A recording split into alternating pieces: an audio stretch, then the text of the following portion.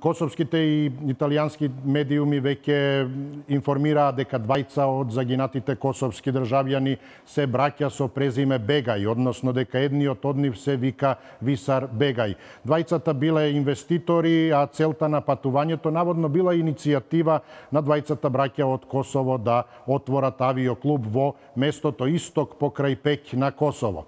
Инаку, според неофицијални информации, на име на Висар Бегај се водат и неколку фирми или компании регистрирани во Словачка, во Словачката република.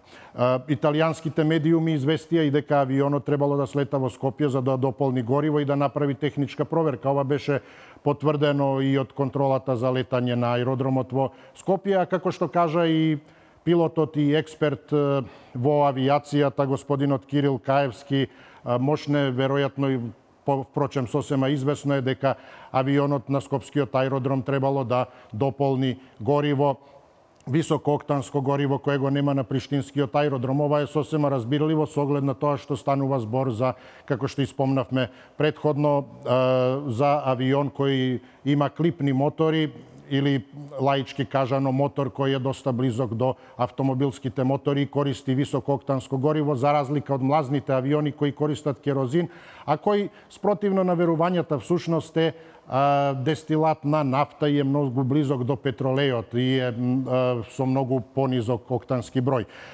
Така да се работи на потврдување на идентитетот и утврдување на загинатите лица. Инаку, авионот требало да го изврши овој прелет и бил пријавен на аеродромот Александар Велики Скопје. Во врска со името на загинатиот косовски бизнисмен Висар Бегај, телевизија Нова успеа да дојде и до ексклузивни информации за неговата поврзаност, како што спомнав на почетокот, со најмалку 3 фирми во Словачка. Имено станува збор за фирма Езуција Доел, потоа Лаироне, како и фирмата Виспас Доел. Сите тие биле регистрирани како приватни фирми во Словачка во 2008-2009 година, а едната од нив, Лаироне, е избришана од регистарот во 2013 година. Во едната од фирмите, покрај основните карактеристики, стои информација дека има оснивачки капитал од само 5000 евра. Инаку за овој настан е информиран јавниот обвинител и Комитетот за истражување на авионски несреќи.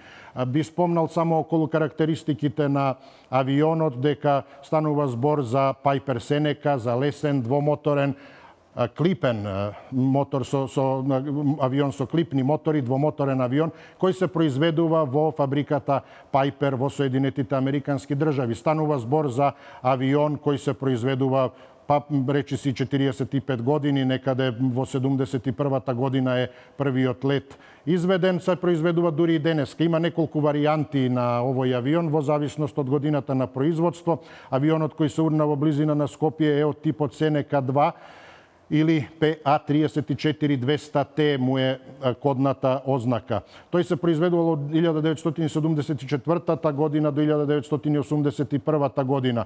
А токму авионот кој се урна, според неофицијални информации, е произведен околу 1980 година, што значи последен од серијата Сенека 2. Инаку, од варијантите на овој авион има уште варијанта Сенека 3, 4 и 5 како најнова варијанта, но во главно станува збор за мали модификации, козметички, но и техничко-технолошки во смисла на подобрување, а во основа станува збор за идентичниот авион.